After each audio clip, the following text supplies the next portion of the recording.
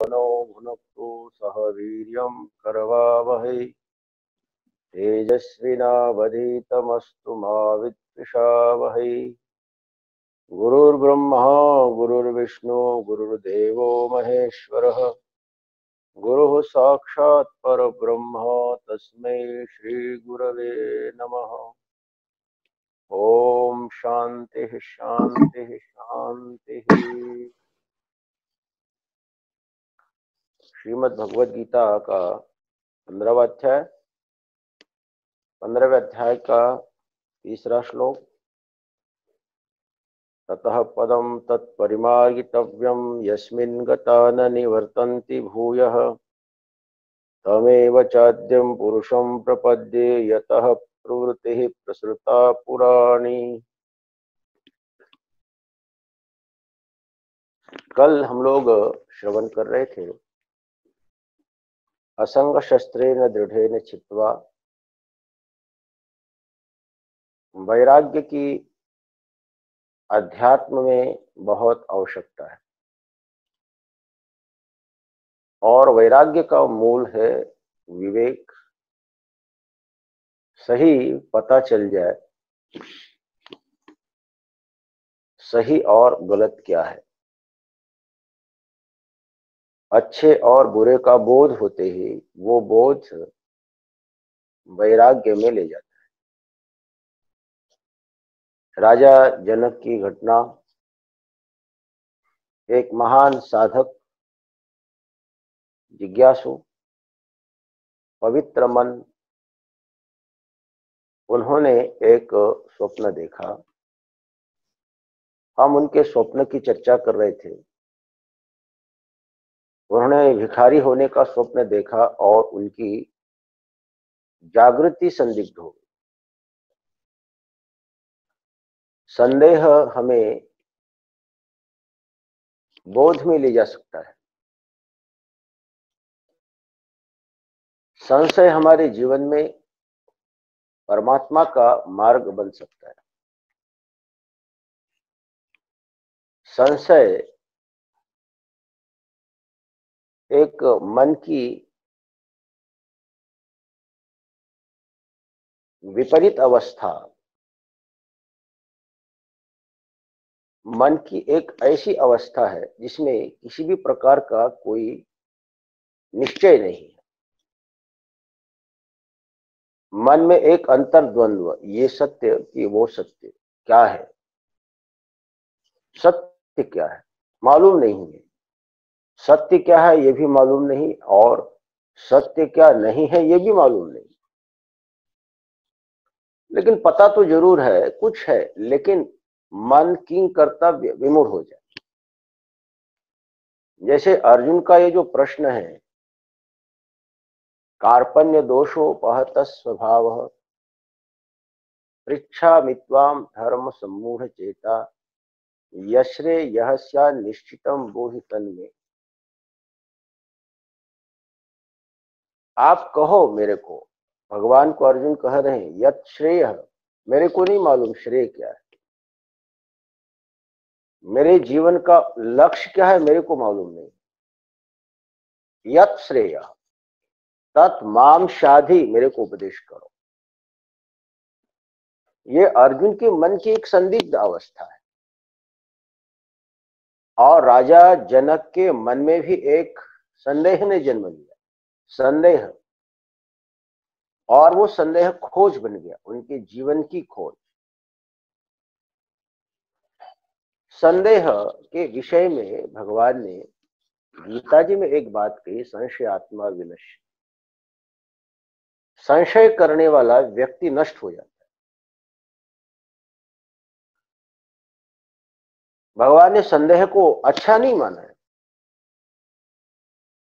लेकिन उसके साथ भगवान ने दो शब्द जोड़े बड़े महत्वपूर्ण, अज्ञश्चा श्रद्धानश्च संशयात्मा विनश्य। भगवान ने कहा कि जो अज्ञानी है, माने सोचने की स्वयं की दृष्टि नहीं है, और जिसके अंतःकरण में श्रद्धा नहीं, और उसके बाद फिर संदेह है, तो भगवान ने कहा संशयात्मा विनश्यति। केवल संदेह होने से व्यक्ति मिटता नहीं है। अज्ञान और अश्रद्धा के साथ यदि संदेह है वो विनाश के प्रति कारण है, और जिस संदेह के साथ श्रद्धा जुड़ी है, जिस संदेह के साथ समझ जुड़ी है, वो संदेह विकास के प्रति कारण बन जाता है। वो परमात्मा की अंतर यात्रा का वो मार्ग बन जाता है। संदेह हो गया मन में तो या तो स्वयं खोजे, यदि स्वयं की समझ है, स्वयं की दृष्टि है, तो साधक उस संदेह को मार्ग बना लेता है, खोजता है। ऐसे बहुत सारे साधक हुए जिन्होंने साधना की, मार्ग के विषय में निश्चय नहीं था, फिर भी उन्होंने खोजा, बुद्ध ने खोजा, आदि गुरु शंकर ने खोजा, बहुत सारे साधकों ने खोजा, और उन्होंने उस तत्व को पा लिया। और बहुत सारे साधकों की मन में अगाध आस्था थी, श्रद्धा थी, और वो गुरु के चरण में बैठ गए, पूछा, उन्होंने सेवा की, और अपने जीवन के सारे संदेह उन्होंने मिटा लिए। वो संदेह भी उनके जीवन का मार्ग बना। इसलिए भगवान ने कहा संदेह होना बुरी बात नहीं है, उल्टा संदेह हमें साधना की ओर गतिमान करने के प्रति कारण है। राजा जनक के मन में संदेह हुआ और वो चुपचाप बैठे नहीं हो, वो पूछने लगे। बहुत सारे लोगों को उन्होंने पूछा, अपने संदेह को व्यक्त किया।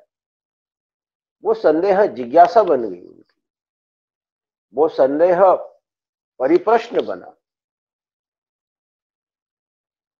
और वो एक प्रकार से उनके जीवन की वो पीड़ा बन गई। वो संदेह उनके जीवन की समस्या बन गई, और वो समस्या जो समाधान पाए बिना वो शांत होने वाली नहीं, ऐसी समस्या पैदा हो।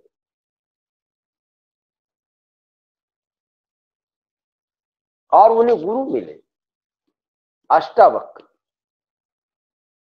कल श्रवण कर रहे थे हम, अष्टावक्र 8 जगह पर वो टेढ़े हैं, देखने में बहुत ज्यादा सुंदर नहीं है। हम लोग अपेक्षा करते हैं बोलने वाला भी बहुत सुंदर होना चाहिए, हम अपेक्षा करते हैं कोई कथाकार बहुत सुंदर होना चाहिए। आजकल जो कथा करने वाले लोग हैं, ये बहुत सारे लोग अपने आप को बहुत सुंदर बनाकर, बहुत सारा मेकअप कर,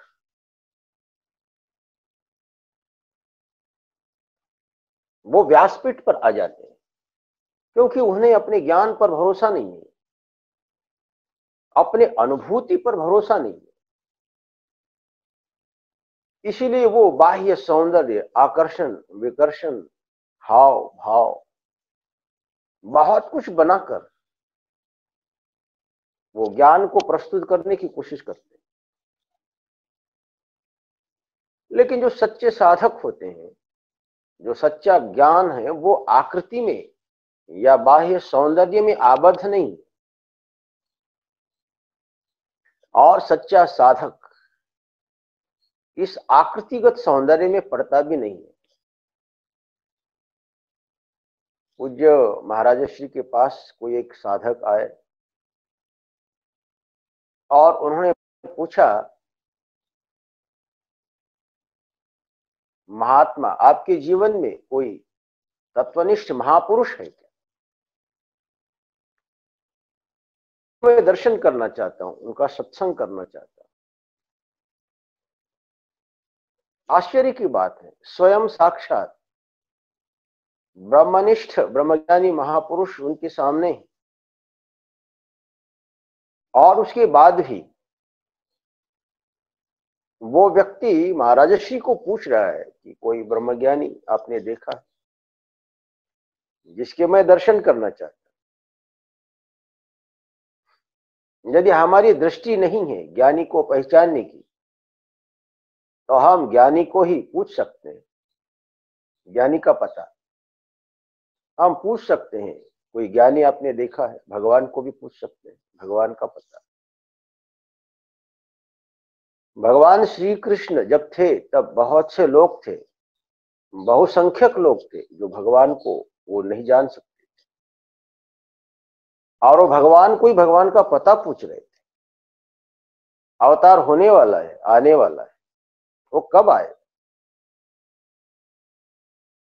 ये बड़ी विडंबना की भी बात है, लेकिन पूछने वाले की कोई गलती भी नहीं है, क्योंकि पूछने वाले में वो समझने की दृष्टि नहीं।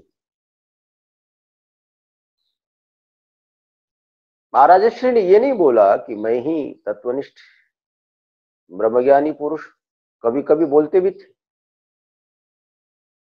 किसी ने पूछा एक बार महाराज श्री को ब्रह्मज्ञानी कैसा होता है, तो महाराज श्री ने अपने तरफ इशारा करते हुए बोला कि ब्रह्मज्ञानी ऐसा होता है।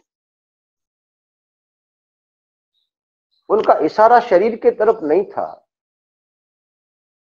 उनका इशारा आकृति के तरफ नहीं था। आकृति में जो अनाकृति, जो परमेश्वर की दिव्य आत्मिक अनुभूति है, उसके तरफ था। ब्रह्मविद ब्रह्मैव भवति, जो तत्व का अनुभव करता है, आत्मा का अनुभव करता है, वो तत्व होता है, वो ब्रह्म होता है। ब्रह्मज्ञानी आप परमेश्वर, नानक जी ने कहा कि परमेश्वर है ब्रह्मज्ञानी, और कोई नहीं। वो ब्रह्म है, परमेश्वर है, वो ईश्वर है। महाराज जी ने इशारा किया, लेकिन वो कितना समझ पाया ये बहुत मुश्किल। लेकिन आज महाराज श्री ने अपने तरफ इशारा नहीं किया, एक महापुरुष के पास भेज। अब उस महापुरुष का नाम लेने की जरूरत नहीं है। वो व्यक्ति वहां पहुंचा, और महाराज जी ने जिनके पास भेजा वो कोई सामान्य नहीं रहा होगा, वो भी बहुत बड़े महापुरुष, अनुभूति संपन्न, श्रोत्रिय ब्रह्मनिष्ठ। वो वहां गए और दूसरे दिन वापस आए। महाराज जी ने पूछा तुमने दर्शन किया, सत्संग किया? उस व्यक्ति ने बड़ी ही सरल सा उत्तर दिया। उन्होंने कहा महाराज जी अच्छा तो लगा, बहुत अच्छा लगा, अच्छे महापुरुष तो लगे, लेकिन वो देखने में बहुत काले थे।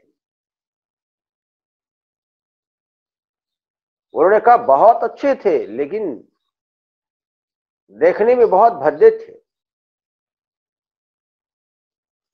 महाराज जी ने कहा तुम क्या देखने के लिए गए थे? आकृति, सौंदर्य, शरीर। बहुत सारे लोग अटक जाते हैं, बहुत सारे लोग आकृति में अटक जाते हैं। अनाकृति, जो परमेश्वर, जो चैतन्य सत्ता व्यापक, वहां तक पहुंच नहीं पाते। अष्टावक्र ज्ञानी पुरुष हैं, श्रोत्रिय ब्रह्मनिष्ठ हैं, संबुद्ध हैं, बुद्ध हैं, तथागत हैं, लेकिन लोग नहीं समझते थे। उनके उस आकृति को देखकर बहुत से लोग हंसने लगे, मजाक उड़ाने लगे। वो अष्टावक्र उनके लिए तो एक हास्य का विषय बना। और वो बड़े बड़े लोग थे, हंसने वाले लोग बड़े बड़े लोग थे, कोई सामान्य लोग नहीं थे। बड़े बड़े विद्वान थे, पंडित थे, शास्त्रों की व्याख्या करने वाले लोग थे।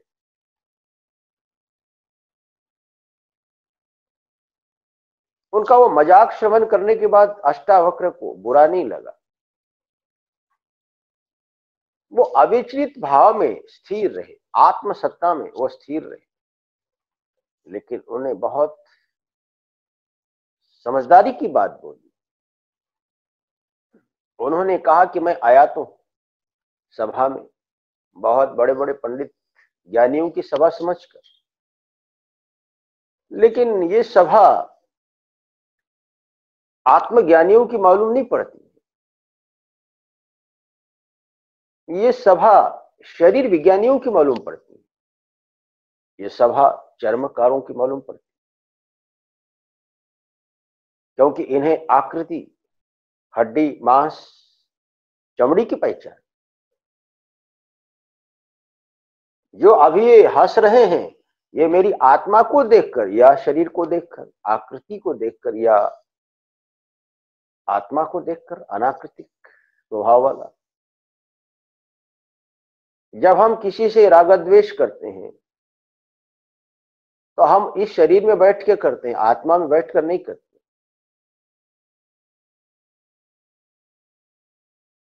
मां आनंदमयी को किसी ने बोला, मां आपके बारे में वो अमुक व्यक्ति ऐसा बोल रहा है। मां आनंदमयी ने बहुत गहरा उत्तर दिया। मां आनंदमयी ने कहा, बेटा जहां पर तुम बैठे हुए हो वहां से ऐसा ही लगता है। तुम जहां पर बैठकर मेरे बारे में सोच रहे हो, तुम्हें ऐसा ही लगेगा कि वो मेरी निंदा कर रहा है, क्योंकि तुम मेरे शरीर में बैठे हो, तुम अपने शरीर में बैठे हुए हो, लेकिन तुम अपने आत्मा में बैठकर देखोगे तो मेरा कोई अपमान नहीं है, मेरा कोई सम्मान नहीं है, वहां तक किसी की भी पहुंच नहीं है। उसकी पहुंच है मेरे शरीर तक, उसका सामर्थ्य है मेरे शरीर को देखने का, और मेरे शरीर को देखकर इस शरीर की कुछ बातों को लेकर वो प्रशंसा करता होगा, कोई निंदा करता होगा, लेकिन ना मेरी प्रशंसा संभव है और न मेरी निंदा, क्योंकि मैं जहां पर स्थिर हूं वहां तक किसी की पहुंच नहीं।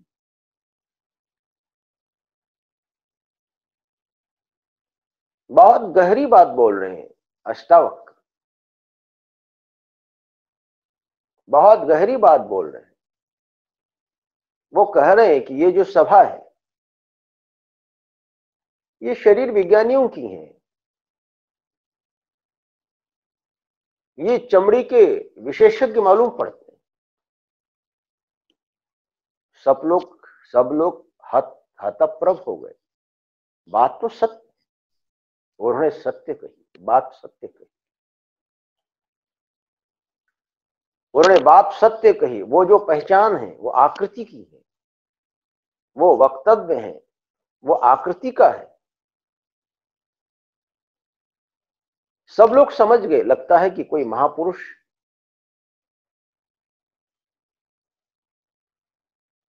और उसके बाद फिर राजा जनक ने उनके सामने प्रश्न किया, अथा तो ब्रह्म जिज्ञासा, जो मैं अनुभव करता हूं, जो मैंने अनुभव किया है वो क्या है? वो सत्य है कि ये सत्य? हम शब्दों में चले जाते हैं, कई बार हम शब्दों में भटक जाते हैं, ये सत्य है कि वो सत्य? यदि कोई सच्चा वैद्य है तो उसको नाड़ी परीक्षण करने की भी जरूरत नहीं है, वो तो चेहरा देख करके उसका रोग बता देगा। तो बहुत बड़ी बात होगी, नाड़ी परीक्षण करके बहुत सारे लक्षण पूछकर उसको रोग और रोग का निदान बताना, ये बहुत आगे की बात है। कोई सच्चा वैद्य है, अनुभवी वैद्य है, तो चेहरा देख लेगा, उसके आंखों में झांक के देख ले,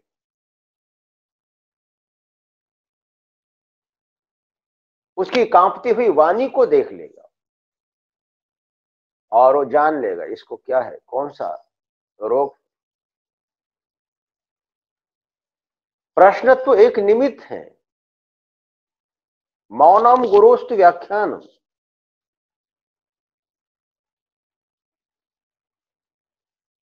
मौन ही गुरु का व्याख्यान है और मौन ही गुरु का व्याख्यान है, तो मौन ही शिष्य का प्रश्न है।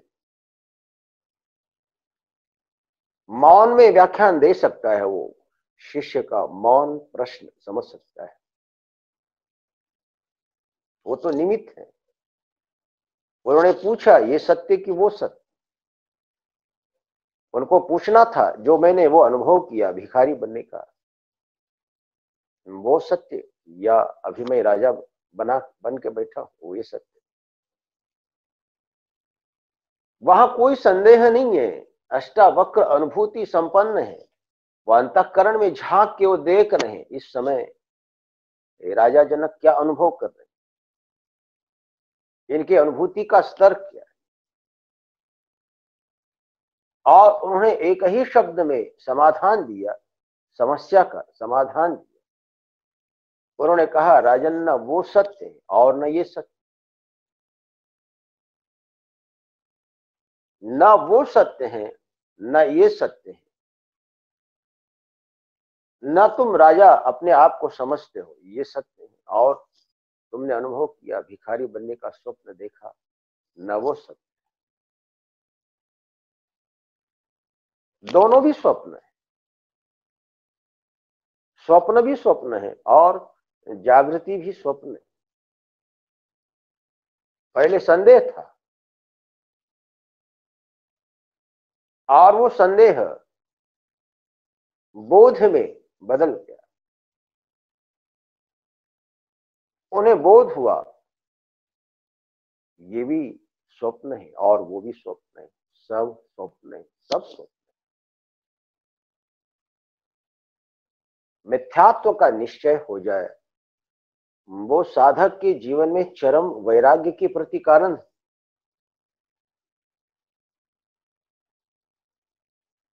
परम वैराग्य, मिथ्यात्व का बोध होते ही साधक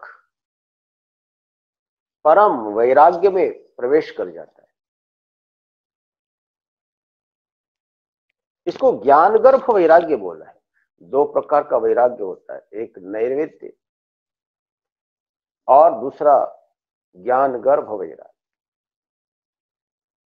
नैर्वेद्य माने किसी निमित्त से पैदा हुआ वैराग्य, दुख दोषानुदर्शन,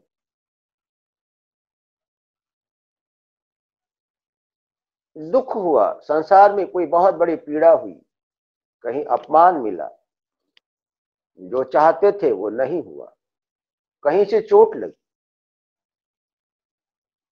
वैराग्य हुआ, उसको नैर्वेद्य वैराग्य बोलते हैं। और ऐसा वैराग्य हमारे जीवन में बहुत बार आता है, रोज रोज आता है। वो कभी स्थायी होता है, कोई अस्थायी होता है।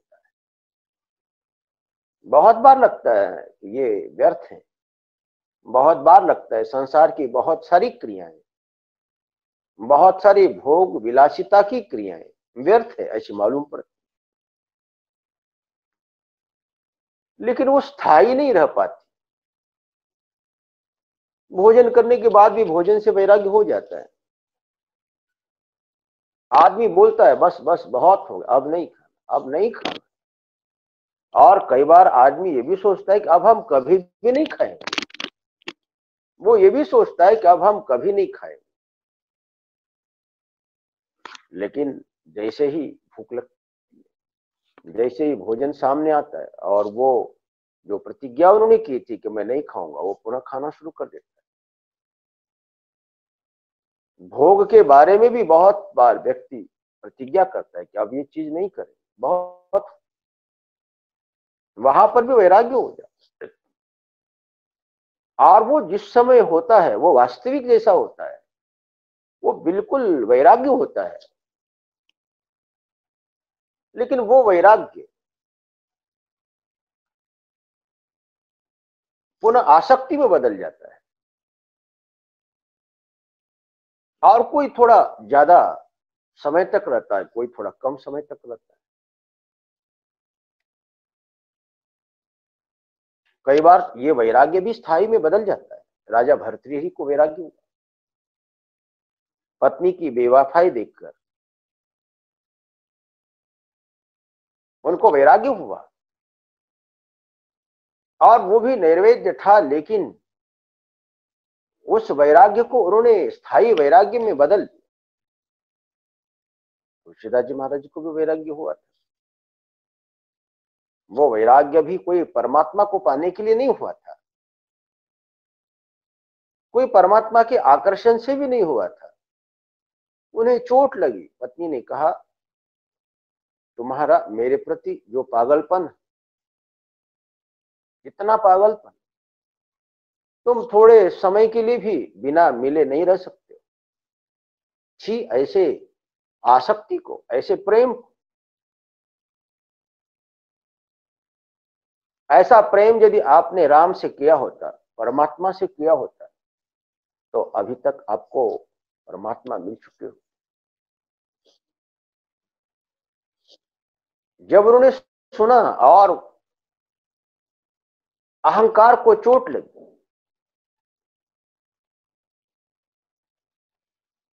वैराग्य हो गया उनको।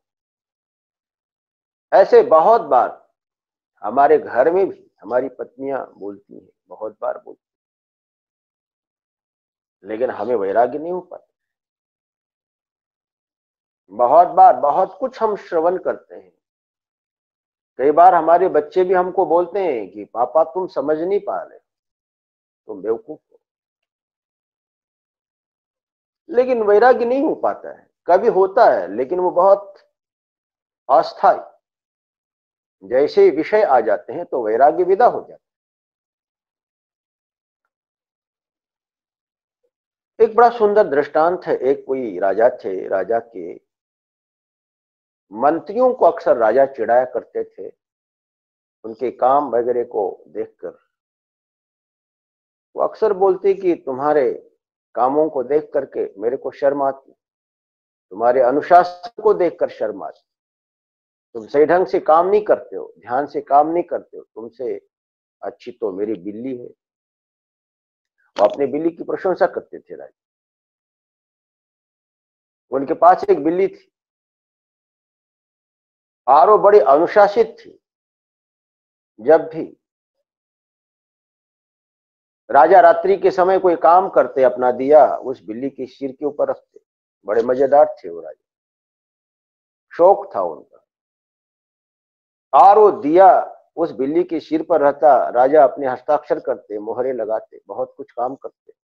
वो बिल्ली बहुत शांत से बैठी रहती तब तक जब तक राजा अपने आप उसके सिर से वो दिया उठाते नहीं।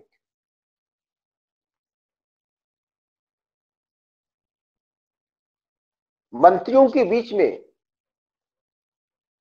सबकी बेइज्जती देखकर प्रधानमंत्री ने राजा से प्रार्थना की, राजन आपकी बिल्ली इतनी अच्छी है तो कम से कम आप एक दिन आपके बिल्ली के हमको दर्शन तो कराइए। राजा ने कहा आज संध्या के समय आप आ जाए, सबको मैं अपनी बिल्ली के दर्शन कराऊंगा। लेकिन वो प्रधानमंत्री बड़ा बुद्धिमान था, उनको उसका रहस्य मालूम था। एक डब्बे में एक छोटा सा चूहा पकड़ के ले गए। वहां गए, सचमुच देखा बिल्ली बैठी है और राजा अपना काम कर रहे हैं, बिल्ली शांति से आंख बंद कर बैठी। अन्य मंत्रीगण देख करके बड़े आश्चर्यचकित हो गए। और वो सोचने लगे सचमुच ये बिल्ली कितनी अनुशासित है, हमसे ज्यादा। हम भी इतना स्थिर नहीं बैठ सकते। लेकिन जैसे ही प्रधानमंत्री ने उस चूहे को निकालकर छोड़ दिया, उसकी गंध उस बिल्ली के नाक तक पहुंची। और जो नहीं होना था वही हो गया, अनुशासन भंग हो गया। बिल्ली ने आंख भी खोला और सिर पर रखे हुए दिए को भी नीचे गिरा दिया और वो चूहे के पीछे भागने लगी। अनुशासन भंग हो गया। हमारे जीवन में भी ऐसा ही होता है। हमारा अनुशासन भी तभी तक होता है जब तक कोई विषय नहीं आता है, कोई परिस्थिति पैदा नहीं होती। हम अक्रोध में होते हैं, अक्रोध में हमको ऐसा लगता है कि हमें क्रोध नहीं आता है, लेकिन जैसे ही क्रोध की परिस्थिति पैदा हो जाती है और हमें मालूम नहीं पड़ता है कि क्रोध कब आ गया, ऐसा लगता है कि हम बड़े वैराग्यशील हैं, हम बड़े विरक्त हैं। अब हमें बोध हो गया, सारे संदेह मिट गए। लेकिन आश्चर्य की बात, कोई विपरीत परिस्थिति आ जाती है तो उस समय सारा बोध, सारा वैराग्य हमारा समाप्त हो जाता है।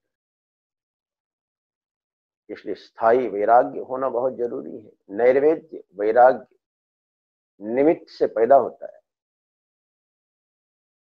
थोड़े समय तक वो रहता है, और वो सच्चा यदि साधक है तो उस नैवेद्य वैराग्य को वो वास्तविक वैराग्य में बदल सकता है।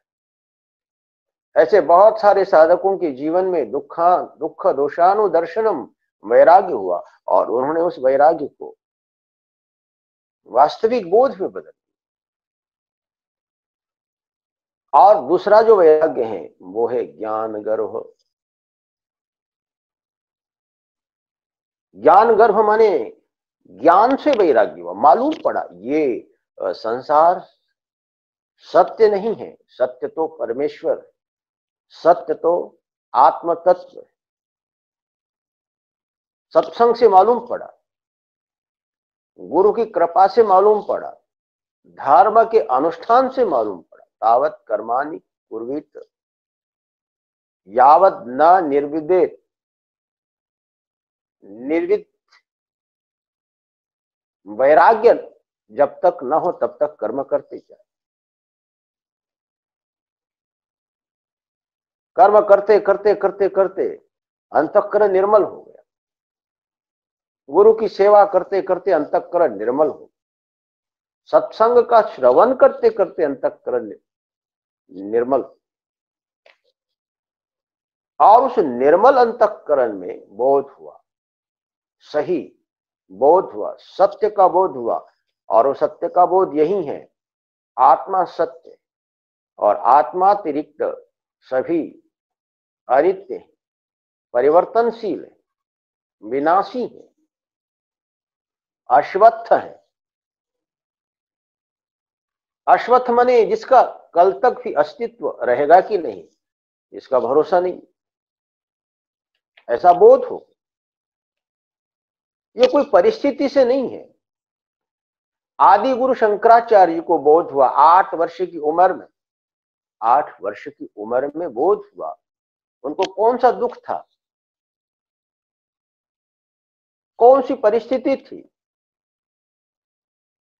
उन्हें मालूम पड़ा सत्य तो केवल एक परमात्मा है, इस संसार में स्थायी कोई चीज नहीं है। आदि गुरु शंकर को आप पूछिए, आप इसको छोड़कर क्यों चले गए, अपनी मां को छोड़ के क्यों चले, इतनी कम उम्र में? वहां कोई परिस्थिति नहीं, वो बोध है, वैराग्य हो।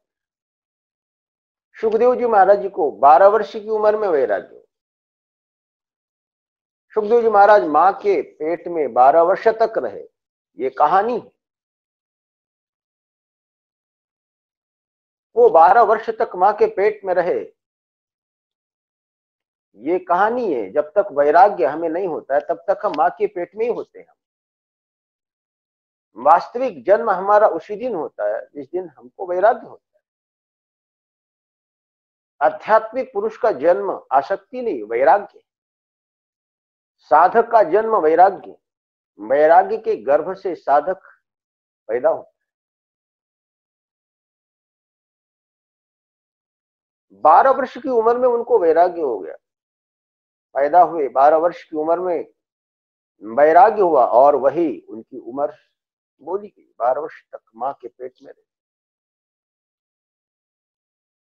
12 वर्ष की उम्र में जब उनको वैराग्य हुआ तो कौन सी परिस्थिति थी? ओम पूर्णमदः पूर्णमिदं पूर्णात् पूर्णमुदच्यते पूर्णस्य पूर्णमादाय पूर्णमेवावशिष्यते। ओम शांति शांति शांति।